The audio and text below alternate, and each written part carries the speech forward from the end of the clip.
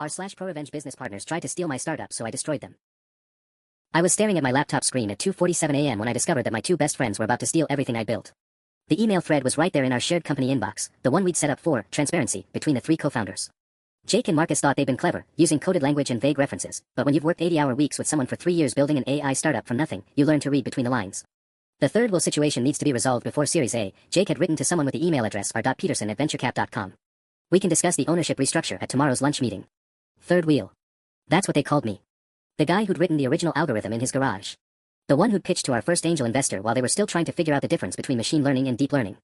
My hands were shaking as I scrolled through more messages. There it was, a whole conspiracy laid out in corporate speak. They'd been meeting with investors for weeks, positioning themselves as the real visionaries behind our company, Neuralink Analytics. Apparently, I was just the technical contractor who could be transitioned out once we secured proper funding. The betrayal hit like a physical blow. Jake had been my roommate in college. I'd been the best man at Marcus's wedding last year. We'd called ourselves the Three Musketeers, working out of my apartment, surviving on energy drinks and a shared dream of building something revolutionary. I kept reading, my stomach dropping with each revelation. They'd already drafted new incorporation documents. My 60% founding stake was being corrected to reflect what they called a more appropriate distribution of contributions. In their version of history, I owned 15%. 15% of my own company. The emails showed they'd been planning this for months. While I'd been pulling all-nighters perfecting our neural network architecture, they'd been strategizing how to cut me out. They'd even discussed hiring a CTO to replace me, someone they could manage more effectively. But the worst part. Tomorrow's email, sent just 3 hours ago. Contract with the forger ready. Documents will be backdated to original incorporation. He guarantees they'll pass legal scrutiny. Payment on delivery. Forger. They were literally planning to forge documents to steal my intellectual property. I leaned back in my chair, my mind racing. These weren't the guys who'd celebrated with me when our first AI model achieved 94% accuracy. These weren't the friends who'd promised we'd build something amazing together. These were strangers wearing familiar faces, willing to destroy our friendship for money that didn't even exist yet. The venture capital meeting was scheduled for Friday, 2 days away. They'd planned to walk in as a founding duo with a hired CTO, presenting my work as their own. By the time I figured out what happened, the new investment would be locked in, and I'd be lucky to get a severance package. I closed the laptop and sat in the darkness of my apartment, surrounded by the whiteboard equations and prototype hardware that represented 3 years of my life. Everything I'd built, everything I'd dreamed of, was about to be stolen by the people I trusted most. But Jake and Marcus had made one critical mistake. They'd underestimated exactly how well I knew them. And they had no idea what I was capable of when someone threatened everything I'd worked for. The war for my company was about to begin. I didn't sleep that night. Instead, I spent the hours until dawn methodically going through every file, every shared document, every piece of communication we'd exchanged over the past 3 years. If Jake and Marcus wanted to play dirty, I needed to understand exactly what weapons they'd given me. What I found was worse than I'd imagined. They hadn't just been planning to steal my company, they'd been systematically undermining me for months. Client emails where they'd subtly positioned themselves as the business leaders while describing me as our technical resource. Meeting notes where my strategic contributions had been rewritten as their ideas. Even our company website had been quietly updated to list them as co-founders and managing partners, while I was relegated to chief technology officer. They'd been erasing me from my own company's history in real time. But as I dug deeper, I started finding things that would have made me laugh if I weren't so furious. These guys thought they were criminal masterminds, but they'd left a digital trail wider than the Grand Canyon. Marcus had been forwarding company emails to his personal Gmail account, including financial projections, client lists, and technical specifications. That was a clear violation of the intellectual property clauses we'd all signed. Jake had been using company funds to pay for personal expenses, cleverly disguised as business development meals and client entertainment. Apparently, his girlfriend's birthday dinner at a $200 per plate steakhouse counted as networking. Then I found the smoking gun that made my blood run cold. In a folder labeled Transition Planning, Marcus had drafted termination documents for me. Not resignation, termination. For cause. They'd built an entire case claiming I'd been misappropriating company resources and failing to meet performance benchmarks. The irony was staggering, considering they were the ones literally planning to forge legal documents. The termination paperwork was dated for next Monday, 3 days after their venture capital presentation. They were going to let me sit in that meeting, watch them pitch my technology to investors, then fire me for cause to avoid paying out my equity stake. I sat back and felt something cold settle in my chest. This wasn't just betrayal anymore. This was character assassination. They weren't content to steal my company, they wanted to destroy my reputation so I could never compete with them or expose what they'd done. My phone buzzed with a text from Jake. "Hey man, running late for the office today. Can you handle the 10 a.m. client call with TechCorp? You know the technical stuff better anyway." The casual manipulation in that message made my skin crawl. You know the technical stuff better, as if that was my limitation rather than my strength. As if the AI architecture that was about to make us millions was somehow less important than their PowerPoint presentations and buzzword-heavy pitches. I typed back, "Sure thing. Everything under control here." If only he knew how true that was about to become. I had 48 hours before their venture capital meeting. 48 hours before they planned to steal everything and destroy my career in the process. They thought I was just a naive tech guy who'd built something valuable and could be easily discarded once the real business started. They were about to learn that being underestimated was the most dangerous mistake they could have made. I opened a new document on my laptop and started typing. If they wanted to play corporate warfare, I'd give them a masterclass in strategic destruction. But first, I needed to make sure that when the dust settled, there would be nothing left of their scheme but ash and regret. The real game was just beginning. I spent the next morning playing the role of oblivious partner while gathering intelligence. Jake strolled into our shared office space at 10:30 a.m. with his usual coffee and that easy smile that used to mean friendship but now felt like a mask. Marcus arrived an hour later, claiming he'd been networking with potential clients. How'd the tech corp call go? Jake asked, settling into his desk across from mine. Great. They're ready to sign the expanded contract, I replied, not mentioning that I'd also quietly recorded the entire conversation where the client specifically praised the brilliant AI architecture and asked to make sure the technical founder stays involved long-term. Marcus looked up from his laptop. That's fantastic. We should celebrate after the big meeting Friday. The casual cruelty of it was breathtaking. They were planning to toast their betrayal with the very person they were betraying. While they worked on their presentation, the one that would steal credit for my innovations, I began my own preparations. But as I started digging into their backgrounds, looking for leverage, I discovered something that changed everything. I wasn't their first victim. Buried in Marcus's personal email archives, which he carelessly synced to his work computer, I found correspondence about their previous startup, CloudSync Solutions. The company I thought had simply failed to get traction had actually been successful, until Marcus and Jake had pulled an identical scheme on their third co-founder, a woman named Sarah Chen. The emails painted a familiar picture. Sarah had developed the core technology while Marcus and Jake handled business development. Then, mysteriously, she'd been forced out for performance issues just weeks before a major acquisition deal. CloudSync had sold for $2.3 million 6 months later. Sarah had tried to fight back legally, but the documents showed Marcus and Jake had covered their tracks better that time. They'd slowly transferred her shares to themselves through a series of performance-based equity adjustments that their lawyer had structured to be technically legal, if ethically bankrupt. My blood ran cold as I realized this was their playbook. They were serial startup parasites, attaching themselves to technical founders, then systematically stealing their companies once the technology proved valuable.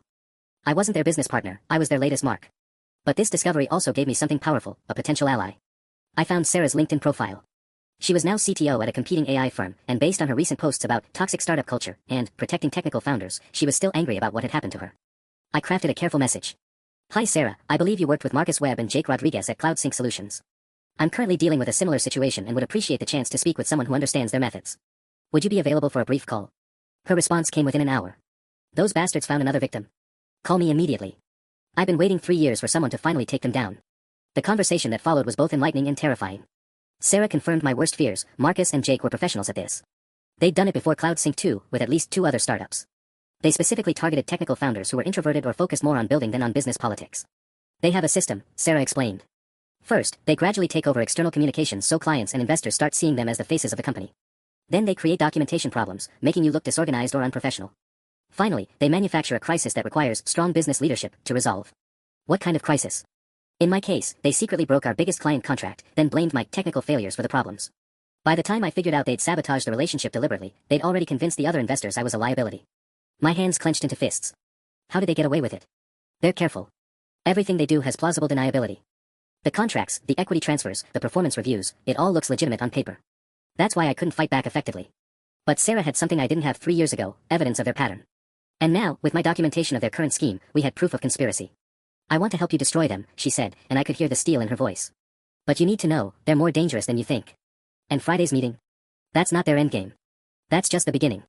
Sarah's warning echoed in my head as I sat in our office Wednesday morning, watching Jake and Marcus rehearse their presentation. They'd commandeered the main conference room, and through the glass walls, I could see them practicing their pitch with my algorithms displayed on the big screen like trophies. The neural network architecture represents a breakthrough in predictive analytics, Marcus was saying, gesturing confidently at equations I'd spent months perfecting. Our team has achieved accuracy rates that industry leaders said were impossible. Our team. My work had become our breakthrough.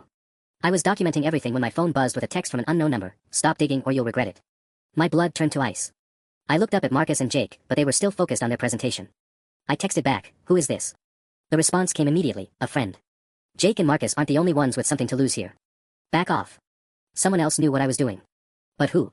And how? I closed my laptop and stepped outside to call Sarah. Someone just threatened me, I said without preamble. What exactly did they say? I read her the messages. There was a long pause before she responded. They have help, she said grimly. I should have warned you.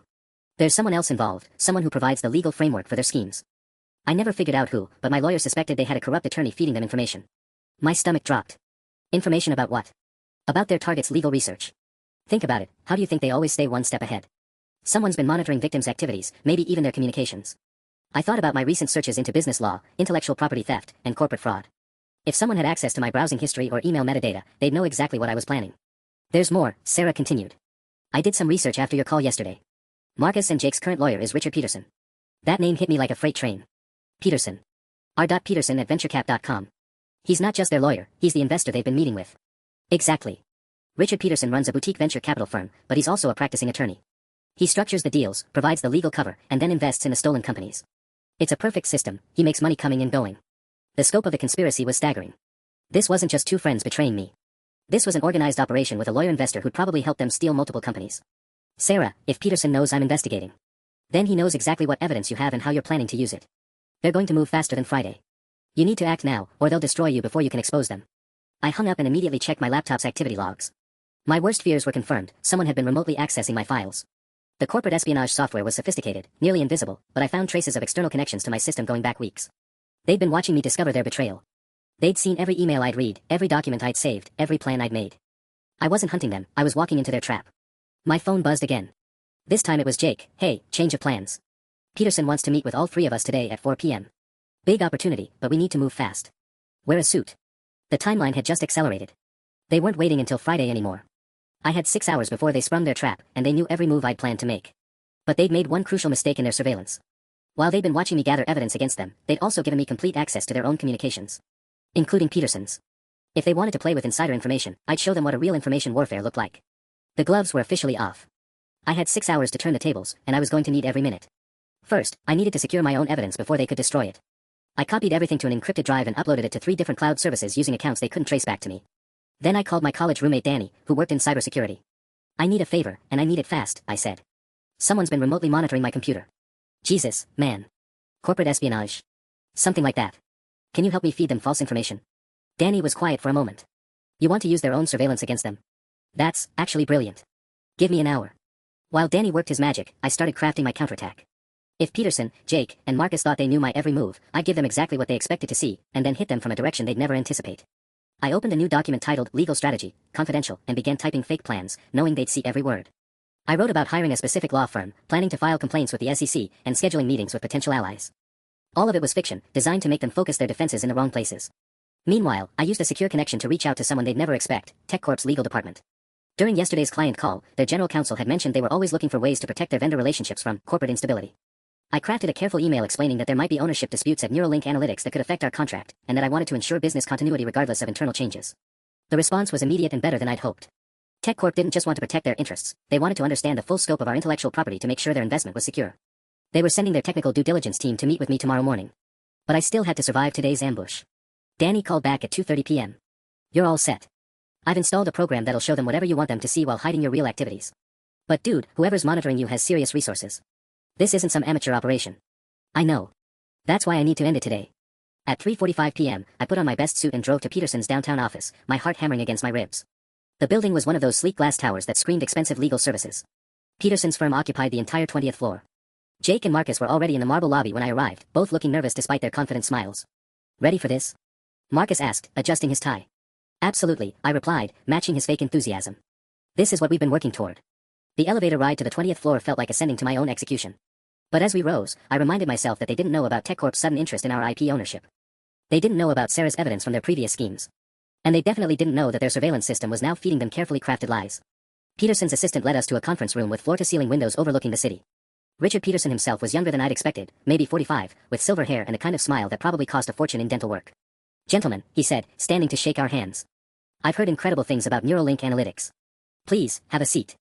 As we settled around the polished conference table, I noticed 2 other people in the room I hadn't expected, a stern-looking woman with a briefcase and a nervous man who kept checking his phone. Before we begin, Peterson said, his smile never wavering, I should mention that we've had some concerns raised about the company's ownership structure. Nothing serious, I'm sure, but we need to clear up a few administrative details before moving forward. Here it came. The trap was springing exactly as Sarah had predicted. But as Peterson reached for his briefcase, my phone buzzed with a text from Danny, they just tried to delete your files remotely. Whatever you're walking into, they're covering their tracks. Be careful. The endgame had begun. Peterson opened his briefcase and pulled out a stack of documents, sliding them across the polished table toward me. These are just some clarifications on the original incorporation papers. Standard due diligence. My blood ran cold as I recognized the letterhead, it was the forged documentation they'd mentioned in their emails. But seeing it in person, I realized how sophisticated their operation really was. These weren't amateur forgeries. The paper, the fonts, even the official seals looked absolutely authentic. I'm afraid there seems to have been some confusion about equity distribution from the beginning, Peterson continued smoothly. These corrected documents reflect the actual contributions and ownership percentages as they should have been filed originally. Jake leaned forward, putting on his best concerned friend expression. We didn't want to bring this up before, but our lawyer discovered some inconsistencies when we were preparing for the funding round. We thought it was better to handle this privately rather than involve outside auditors. The gaslighting was masterful. They were presenting their theft as a favor to me. I flipped through the papers, my hand steady despite the rage building inside me. According to these documents, I had never been a majority owner. The original algorithm was listed as collaborative work product. My garage, where I'd spent 6 months building the first prototype, was described as shared development space. This is interesting, I said carefully, but I have the original incorporation documents at home. They show different numbers. The woman with the briefcase spoke for the first time. Mr. Chen, I'm Patricia Walsh from Morrison & Associates. We specialize in corporate documentation review. I'm afraid the documents you have may be the result of a clerical error during the initial filing process. Chen. She'd called me Mr. Chen. That wasn't my name, and everyone in the room knew it. But I suddenly understood the reference, Sarah Chen, their previous victim. This was their way of letting me know they were aware I'd been talking to her. The good news, Peterson continued, is that we can resolve this quickly and move forward with the funding. The venture capital offer stands regardless of these administrative adjustments. Marcus jumped in right on cue. We're all friends here. The important thing is building something great together. These ownership percentages don't change our partnership.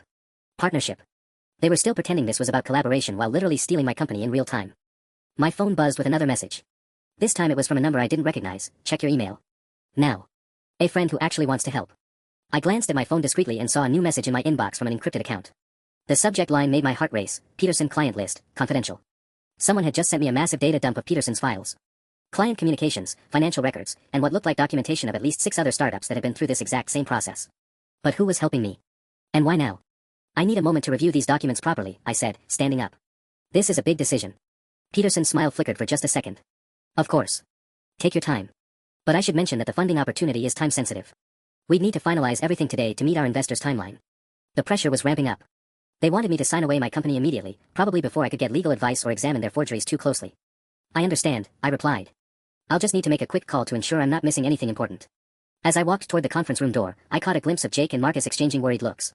For the first time since this whole nightmare began, they looked like they weren't entirely in control. Which meant it was time to show them what losing control really felt like.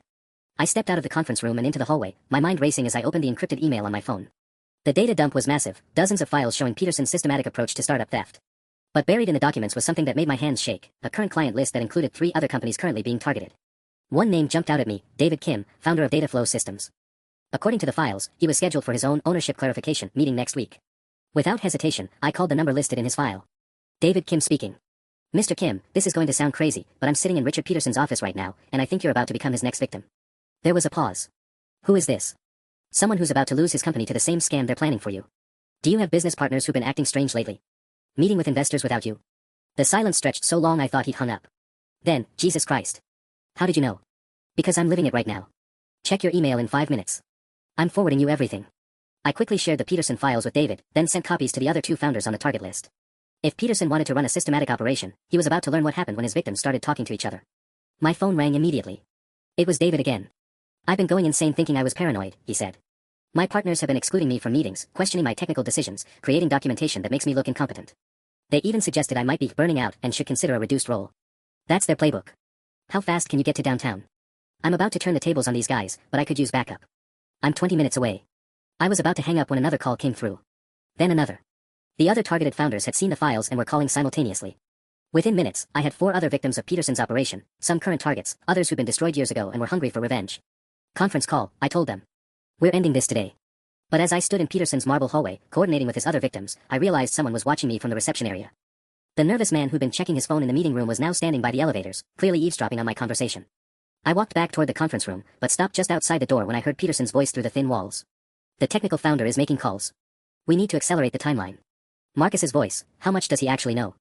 Enough to be a problem if we don't contain this quickly. Walsh, get the signature pages ready. We're moving to option B. Walsh responded, are you sure? Option B carries more legal risk. The alternative is losing everything. Jake, when he comes back in, you need to sell the friendship angle hard. Marcus, you focus on the business necessity. Make him feel like fighting this would destroy what you've all built together. Option B. That wasn't in any of the documents I'd seen. What the hell was option B? My phone buzzed with a text from the mysterious helper. Option B means they're going to have you arrested on fabricated charges if you don't sign. Peterson has connections in the DA's office. Get out of there now. My blood turned to ice. They weren't just planning to steal my company, they were prepared to have me criminally prosecuted to ensure I couldn't fight back. But as I stood frozen in that hallway, I heard the elevator ding behind me. David Kim stepped out, followed by 2 other men I recognized from the photos in Peterson's files. The other targeted founders had arrived. And they looked ready for war. Peterson might have option B, but he had no idea that his systematic approach to destroying startups had just created something he'd never faced before, organized resistance. The real battle was about to begin. David Kim and the other founders looked like they meant business as they approached the conference room. But before we could coordinate our next move, Peterson's assistant intercepted us in the hallway. Gentlemen, Mr. Peterson is ready to continue, she said with practiced politeness that didn't quite hide her nervousness. He's asked that only the original parties return to the meeting. Actually, David said, stepping forward, I think Mr. Peterson will want to see all of us. We have some questions about his business practices. The assistant's face went pale. I'm sorry, but this is a private meeting. I'll have to ask you to. It's fine, Jennifer. Peterson's voice cut through the tension as he emerged from the conference room. His practiced smile was still in place, but I could see the calculation behind his eyes as he assessed the new situation. David, what a pleasant surprise. I wasn't expecting to see you until next week. I bet you weren't, David replied coldly. Jake and Marcus had followed Peterson out, and the confusion on their faces was genuine. They clearly hadn't expected their scheme to suddenly involve other people they'd never met. Marcus, Jake, I said, watching their expressions carefully, I'd like you to meet some of Richard's other clients. David here is dealing with remarkably similar partnership issues to ours. Isn't that an interesting coincidence? Peterson's smile never wavered, but I noticed his hand move slightly toward his phone. I'm afraid there's been some misunderstanding. These are confidential client matters that can't be. Cut the shit, Peterson, said one of the other founders, a woman named Elena Rodriguez. We've all seen the files. We know exactly what you've been doing. The color drained from Jake's face. What files? What is she talking about? For the first time since this nightmare began, I saw genuine confusion in my former friend's eyes. As manipulative as Jake was, he clearly hadn't expected to be standing in a hallway surrounded by angry entrepreneurs comparing notes about identical schemes. Jake, Marcus, I said quietly, how many other startups do you think Richard has helped restructure, using the exact same playbook he's running on us? Marcus shook his head. This is crazy. Richard, tell them this is just standard corporate. Shut up, Marcus. Peterson's mask finally slipped, revealing something cold and calculating underneath. Jennifer, call security. These people are trespassing. But David was already pulling out his phone. Funny thing about having your business stolen by lawyers, you learn to make friends with law enforcement pretty quickly. I've got a very interested FBI agent on speed dial who specializes in corporate fraud. Peterson's hand froze halfway to his phone. Agent Patricia Morrison has been building a RICO case against systematic startup theft operations, David continued. She's going to be very excited to hear that we've identified a central coordinator with multiple victims spanning several years. The elevator dinged again, and my heart nearly stopped when I saw who stepped out, Sarah Chen, looking like she was ready to burn the building down. Sorry I'm late, she said, walking directly up to Peterson. Traffic was terrible. But I wouldn't miss this reunion for anything. Peterson actually took a step backward. Ms. Chen. I wasn't aware you were involved in this situation. Oh, I'm very involved now. See, when victims of the same scam start comparing notes, we discover all sorts of interesting patterns. Like how you've been running this operation across 3 states for at least 5 years. Jake grabbed my arm. This is insane. We're friends. We can work this out without involving all these strangers. I looked down at his hand on my arm, then back at his face. Friends don't forge documents to steal each other's life's work, Jake. The conference room door opened again, and Patricia Walsh emerged looking extremely uncomfortable. Richard, perhaps we should reschedule this meeting. The legal exposure here is getting complicated. No, I said firmly. We're finishing this today. One way or another. Peterson straightened his tie and seemed to recover some of his composure. You're all making a very serious mistake. These accusations are baseless, and harassment of this nature carries serious legal consequences. But as he spoke, I noticed his phone screen light up with what looked like an urgent text message. His face went even paler as he read it. Sarah caught it too. Bad news, Richard. Did someone important finally start asking the right questions about your business model? The mysterious helper who'd been feeding me information was still out there, still moving pieces on the board. And Peterson was clearly getting updates that weren't going in his favor. Gentlemen, ladies, Peterson said, his voice tight with controlled anger, I think we're done here. Actually, I replied, I think we're just getting started. My phone rang, cutting through the tense standoff in Peterson's marble hallway. The caller ID showed FBI and Agent Patricia Morrison's name. David hadn't been bluffing. Answer it, Peterson said quietly, his lawyer instincts kicking in. But remember that recording federal agents without consent is a felony. I put the call on speaker. This is Agent Morrison with the FBI's white-collar crime unit. Am I speaking with the founders who contacted us about systematic corporate fraud? Yes, ma'am, David replied. We're currently at Richard Peterson's office with multiple victims of what appears to be an organized scheme. There was a pause. Mr. Peterson, are you present? Peterson stepped closer to the phone, his composure returning slightly. Agent Morrison, I'm here with my attorney. These individuals are making wild accusations based on comprehensive financial records, forged documents, and communications spanning multiple years, Sarah interrupted. All of which were prepared to provide as evidence. I see, Agent Morrison said. Mr. Peterson, we've actually been investigating your firm for several months following complaints from the Securities and Exchange Commission. This call is quite timely. The blood drained from Peterson's face completely. Jake and Marcus exchanged panicked looks. This had gone way beyond their understanding of corporate maneuvering into federal crime territory. However, Agent Morrison continued, we'll need to follow proper procedures. I'm dispatching agents to secure any relevant documents and conduct preliminary interviews. Mr. Peterson, I strongly advise you to contact your attorney. I am an attorney, Peterson said weakly. Then you'll want to contact a different attorney. One who specializes in criminal defense. The line went dead, leaving us in stunned silence. Even I hadn't expected federal law enforcement to move this quickly. Peterson turned to Walsh, his voice barely controlled. Patricia, implement the emergency protocols. All client files, all communications, everything goes into privilege protection immediately. But Walsh was already backing toward the elevator. Richard, I'm not licensed for criminal defense. I think you need to handle this without Morrison and Associates' involvement. She was abandoning ship, leaving Peterson to face the music alone. Jake grabbed my shoulder again, desperation creeping into his voice. This is getting out of hand. We need to talk privately. All of us. Before this becomes something none of us can control. It's already out of control, I replied, shaking off his grip. You made sure of that when you decided to forge legal documents. Marcus stepped between us, trying one last manipulation. Think about what you're destroying here. 3 years of work, all our dreams, for what? A bigger ownership percentage? We can negotiate something fair. The audacity was breathtaking. Even now, with federal agents en route, he was trying to frame grand theft as a business disagreement. Fair. Elena Rodriguez laughed bitterly. You people wouldn't know fair if it filed criminal charges against you. Peterson's phone buzzed again, and this time he didn't bother hiding his reaction as he read the message. His hands were actually shaking. What is it? Walsh asked, though she was still edging toward the elevator. Peterson looked up at all of us with something that might have been panic. The SEC just froze all of our business accounts pending investigation. And someone leaked the story to TechCrunch. My mysterious helper was still making moves, escalating faster than any of us had anticipated. Within hours, this would be national news in the startup community. Jesus Christ, Jake whispered. This was supposed to be simple business restructuring. How did it become a federal case? I looked at my former friends, really looked at them, and realized they genuinely believed their own lies. In their minds, systematically stealing companies was just aggressive business tactics. They were about to learn the difference between corporate maneuvering and organized crime. And I was going to have a front row seat for their education. The elevator doors opened again, but this time it wasn't reinforcements for our side. 2 men in expensive suits stepped out, moving with the kind of confidence that screamed federal law enforcement. Behind them came a third figure that made my blood freeze, Detective Ray Martinez from the city's financial crimes unit. Mr. Peterson, the lead agent said, flashing his badge. Agent Chin, FBI. We need to speak with you immediately regarding allegations of securities fraud and racketeering. Peterson's composure finally cracked completely. This is harassment. I demand to see a warrant before. We have one, Agent Chin replied smoothly, producing a folded document. For your offices, your files, and any electronic devices used in the conduct of business. But Detective Martinez was looking directly at me, not Peterson. And we have some questions about illegal surveillance and computer hacking that allegedly originated from this location. My stomach dropped. In all my planning for corporate warfare, I hadn't considered that Peterson might have made his own calls to law enforcement. The surveillance software they'd used on my computer, that could be framed as my hacking into their systems rather than the reverse. Detective, Peterson said, suddenly animated again, thank you for responding so quickly to our complaint. This individual, he pointed at me, has been conducting corporate espionage against my clients. Jake and Marcus looked completely lost now, but Peterson was back in his element, spinning the narrative like the experienced lawyer he was. Agent Chin, Peterson continued, I believe you'll find that these individuals coordinated to illegally access confidential client communications and are now engaged in what amounts to extortion. David stepped forward. That's bullshit. We're the victims here. Are you? Detective Martinez asked, pulling out his own phone. Because we have evidence of unauthorized network intrusions, corporate surveillance, and coordinated harassment of business professionals. Sarah looked at me with growing alarm. Peterson had been one step ahead this entire time. While we'd been gathering evidence against him, he'd been building a criminal case against us. The irony is beautiful, isn't it? Peterson said, his confidence returning as federal agents began examining our group like suspects rather than victims. You thought you were so clever, coordinating your little revenge scheme. But corporate espionage is a federal felony, regardless of your motivations. Agent Chin was studying the warrant when his radio crackled to life. The message was garbled, but I caught enough to make my heart race. Additional evidence located, financial records confirmed, need immediate assistance. Someone was feeding law enforcement information in real time, but I was no longer sure whose side they were on. Marcus grabbed my arm desperately. We need to get out of here. Now. Before this gets worse. But Detective Martinez had moved to block the elevator. Nobody's leaving until we sort this out. This investigation just became a lot more complicated. Peterson's smile was returning, the predatory expression I'd seen in Sarah's warnings.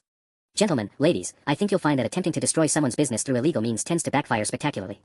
My phone buzzed with one final message from my mysterious helper. Peterson called the police before you arrived. You walked into a trap within a trap. The real game starts now. As FBI agents began separating us for individual questioning and Detective Martinez started reading rights warnings, I realized Peterson's true genius wasn't just stealing companies, it was ensuring his victims could never fight back without becoming criminals themselves. The war for my company had just become a fight for my freedom. Agent Chin pulled me aside first, leading me to a smaller conference room while Detective Martinez began questioning the others. My mind was racing as I tried to figure out how Peterson had managed to flip this entire situation. Mr. Thompson, Agent Chin said, settling across from me with a thick file. We need to discuss some serious allegations about computer crimes and corporate espionage.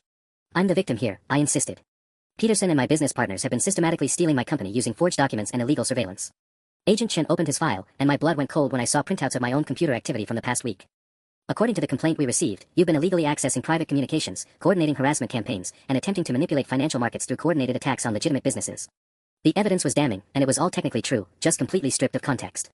Yes, I'd accessed company emails, but through our shared business account. Yes, I'd contacted other entrepreneurs, but they were victims of the same scheme. Yes, I'd been gathering evidence against Peterson, but to expose his crimes, not commit my own. This is all taken out of context, I said. If you look at the actual documents. We are looking at the documents, Agent Chin interrupted. Including communications where you explicitly discussed destroying your business partners and using insider knowledge to systematically dismantle their operations. My own words from planning emails were being read back to me like a confession. Peterson had been monitoring everything, building a case that painted me as the criminal mastermind. Through the glass wall, I could see Sarah being questioned by another agent, her face growing increasingly pale. David was gesturing frantically at Detective Martinez, who looked skeptical of whatever explanation he was providing. My phone rang, and Agent Chen nodded for me to answer it.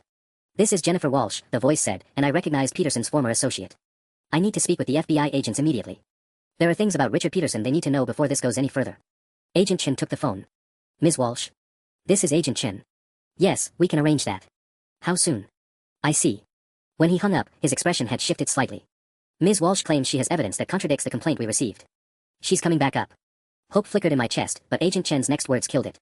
"However, she also mentioned that you've been in contact with someone feeding you illegally obtained information. That's a separate federal crime, regardless of Mr. Peterson's activities. The mysterious helper who'd been assisting me had just become another nail in my coffin. Every advantage I'd gained was being reframed as criminal activity." The door opened and Peterson walked in with Detective Martinez, looking more confident than I'd seen him all day. "Agent Chen," Peterson said, "I've just learned something disturbing. This individual has been working with someone inside my organization to steal privileged attorney-client communications. That's not just corporate espionage, it's a violation of attorney-client privilege, which is a federal crime." My heart hammered against my ribs. If Peterson could prove I'd received leaked information from his files, I wouldn't just lose my company, I'd be facing serious prison time. Agent Chen studied me carefully. "Mr. Thompson, I'm going to ask you directly, have you been in contact with anyone who provided you with confidential information from Peterson's files?" The moment of truth had arrived. I could lie and hope they couldn't prove the connection, or tell the truth and essentially confess to the crimes Peterson was accusing me of. But as I opened my mouth to answer, the lights in the building went out, plunging us into darkness. Emergency lighting kicked in a moment later, bathing everything in an eerie red glow. Through the conference room window, I could see chaos erupting in the main office as computer screens flickered and died throughout the building. Peterson's voice cut through the darkness. "What the hell is happening?" My phone buzzed with one final message. "The real evidence is uploading to every law enforcement database in the city. Peterson's about to learn what it feels like to be exposed." The mysterious helper had just made their final move. The emergency lighting cast everything in an ominous red glow as chaos erupted throughout Peterson's office. Computer screens flickered back to life one by one, but instead of normal displays, they were all showing the same thing, a massive data dump of Peterson's files streaming across every monitor in the building. Agent Chen was barking orders into his radio while Detective Martinez tried to maintain control of the situation. Through the conference room windows, I could see FBI agents scrambling to secure evidence as documents flashed across screens faster than anyone could stop them. "Shut it down." Peterson was shouting at his assistant, but Jennifer just stood there helplessly as her computer displayed email after email detailing the systematic destruction of startup companies. My phone lit up with notifications as news outlets began picking up the story in real time. Someone had simultaneously leaked everything to the press, law enforcement databases, and social media. The scope of Peterson's operation was being exposed to the entire world simultaneously. "This is a coordinated cyber attack," Peterson declared, pointing at me. "He's orchestrated this entire thing." But Agent Chen was reading something on his own phone that made his expression change dramatically. "Mr. Peterson, I'm seeing financial records here that show shell companies, fraudulent investment schemes, and money laundering across multiple states. This goes way beyond corporate disputes." Detective Martinez looked up from his tablet. "We're getting reports that this data dump includes evidence of judicial bribery and connections to organized crime families in 3 major cities." The color drained from Peterson's face. Whatever he'd been expecting to control, this wasn't it. The mysterious helper hadn't just exposed his startup theft operation, they'd revealed connections to much larger criminal enterprises. Sarah appeared in the doorway, no longer looking like a suspect. "The FBI team wants everyone to see this," she said, gesturing toward the main conference room where a large screen was displaying a comprehensive timeline of Peterson's activities. As we gathered around the screen, the scope of the conspiracy became clear. Peterson hadn't just been stealing startups, he'd been using them as fronts for money laundering operations. The venture capital investments were actually ways to clean money from various illegal enterprises, with the stolen companies serving as legitimate business facades. Jake grabbed my arm, his face pale with terror. "Did you know about this? About the organized crime connections?" "I had no idea," I replied honestly. "I thought we were dealing with corporate theft, not whatever this is." Marcus was staring at the screen in horror. "We just wanted a bigger piece of the company. We never signed up for money laundering and racketeering." Agent Chen was coordinating with multiple law enforcement agencies through his radio. "We need the organized crime task force here immediately. This isn't just white-collar fraud anymore." Peterson made one last desperate play, turning to Detective Martinez. "None of this is admissible. It was all obtained illegally through computer hacking." But Martinez was shaking his head. "Actually, according to what I'm seeing here, most of this information was obtained through a whistleblower inside your own organization. Someone with legitimate access who's been documenting everything for months." The mysterious helper finally made sense. It wasn't an outside hacker, it was someone within Peterson's operation who'd been building a case against him from the inside. Patricia Walsh stepped out of the elevator, accompanied by 2 more federal agents. "That would be me," she announced. "I've been working with the FBI's organized crime task force for 8 months, documenting Richard's connections to the Torino crime family's money laundering operations." Peterson's face went completely white. His own associate attorney had been the federal informant all along. The tables had turned so dramatically that I could barely process what was happening. One minute I'd been facing federal charges for corporate espionage, the next I was witnessing the takedown of a major organized crime operation. But as Walsh began detailing Peterson's connections to actual mob money, I realized this victory might come with a price none of us had anticipated. As Walsh detailed Peterson's mob connections to the FBI agents, a new kind of dread settled in my stomach. This wasn't just about corporate theft anymore, we'd stumbled into the middle of a federal organized crime investigation. And in my experience with crime documentaries, witnesses in mob cases didn't typically get to walk away and resume their normal lives. Agent Chin seemed to read my thoughts. Ms. Walsh, how many people know about your cooperation with law enforcement? Richard suspected someone was feeding information to authorities, but he didn't know it was me, Walsh replied. However, the Torino family has been asking questions about the FBI's sudden interest in their investment activities. Jake looked like he was about to vomit. Investment activities? What investment activities? Walsh pulled up another screen showing financial flows that made my head spin. Every startup Peterson targeted was used to launder money from the Torino family's various enterprises. Your company, Neuralink Analytics, was supposed to receive a $12 million investment next week, money that originated from drug trafficking operations in Baltimore.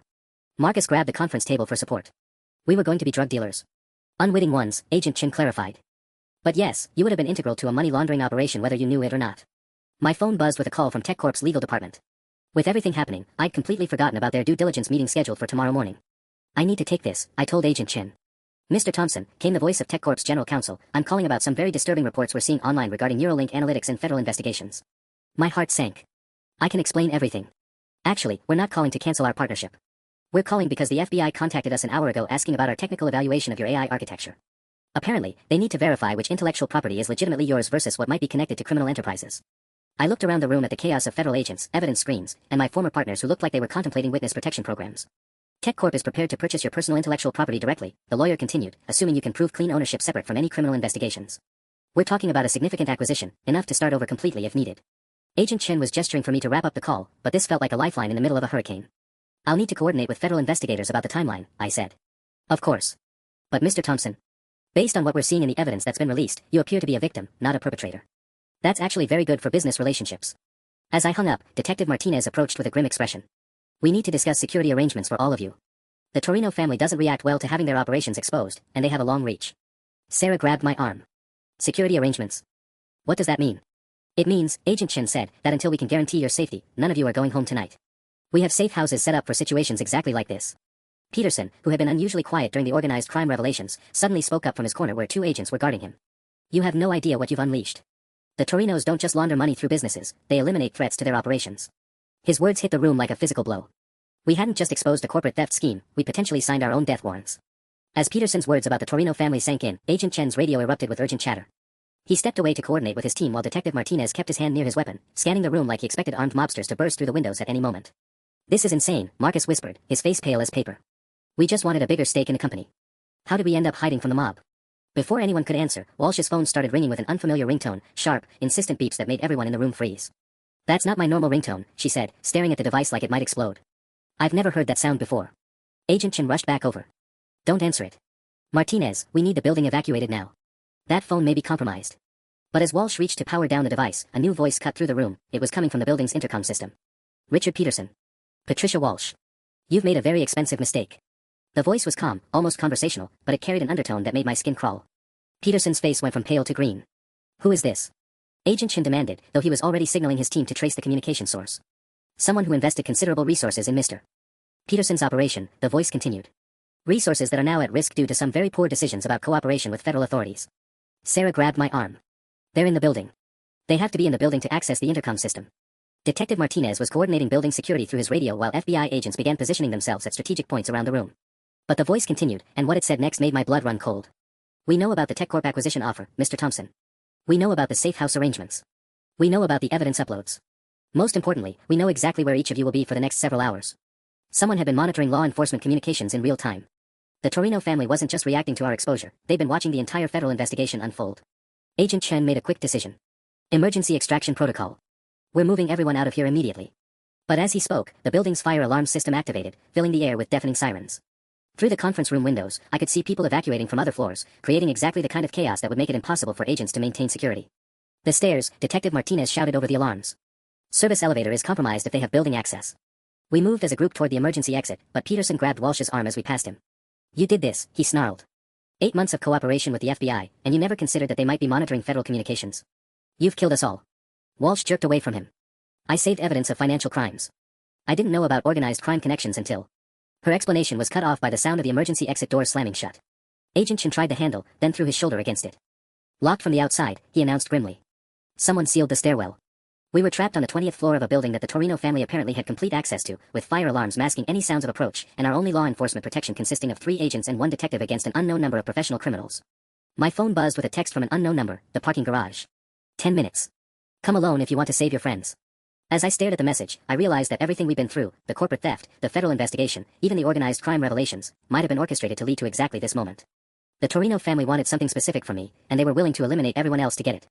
The 10 minutes felt like hours as Agent Chen worked frantically with building security to override the locked stairwell while Detective Martinez tried to establish communication with backup units. The fire alarms had stopped, leaving us in an eerie silence that somehow felt more threatening than the chaos. I have to go, I announced, showing them the text message. They want me, not you. If I don't show up, they'll come here. Absolutely not, Agent Chen said immediately. That's suicide. We wait for tactical support. But Sarah was studying the building layout on her phone. There's another way down. The freight elevator on the north side connects directly to the loading dock. If they're watching the parking garage, they might not expect. Her plan was interrupted by my phone ringing. This time, I recognized the number. It was TechCorp's legal department. Mr. Thompson, the lawyer's voice was urgent. We've been monitoring the situation through our security contacts. The Torino family's interest in your company isn't just about money laundering. Your AI architecture can predict financial market movements with unprecedented accuracy. They want to use it for securities manipulation on a massive scale. Everything suddenly made sense. This wasn't about the money they'd already invested through Peterson's schemes, it was about the potential billions they could steal using my technology to manipulate stock prices. There's more, the lawyer continued. We've been coordinating with federal authorities. The parking garage meeting is a trap, but we have assets in position. If you're willing to wear a wire and keep them talking for 15 minutes, this entire operation can be shut down permanently. Agent Chen was already pulling surveillance equipment from his briefcase. The choice is yours, but this could end everything tonight. No safe houses, no witness protection, no looking over your shoulder for the rest of your life. I looked around the room at the people whose lives had been turned upside down by corporate greed and criminal enterprise. Jake and Marcus, despite their betrayal, didn't deserve to spend their lives in hiding. Sarah had already lost 3 years to Peterson's schemes. Even Walsh, who'd risked everything to expose the truth, deserved to see justice served. Wire me up, I said. 12 minutes later, I walked into the parking garage wearing enough surveillance equipment to record a documentary. The space was dimly lit, filled with shadows that could hide an army. My hands were shaking, but my voice was steady when a figure emerged from behind a concrete pillar. Mr. Thompson. Thank you for being reasonable. The man was younger than I'd expected, wearing an expensive suit that looked out of place in the underground garage. But his eyes were cold, calculating, completely devoid of the warmth you'd expect from someone conducting a business negotiation. You know what we want, he continued. The source code for your predictive algorithms. Complete documentation, no copies, no backups. And in exchange, everyone walks away tonight. Your friends upstairs, the federal witnesses, even Peterson, though he'll be retiring from the legal profession permanently. I pretended to consider the offer while the wire recorded every word. The technology is worth hundreds of millions. What guarantee do I have that you'll honor the agreement? He smiled, and it was like looking at a shark. Mr. Thompson, we're businessmen. We honor profitable agreements and eliminate unprofitable complications. Which category do you prefer to be in? As he spoke, I heard the subtle sound of tactical vehicles surrounding the building. Agent Chen's 15-minute timeline was almost up. I prefer the category where organized crime families get dismantled by federal task forces, I replied, stepping backward toward the exit.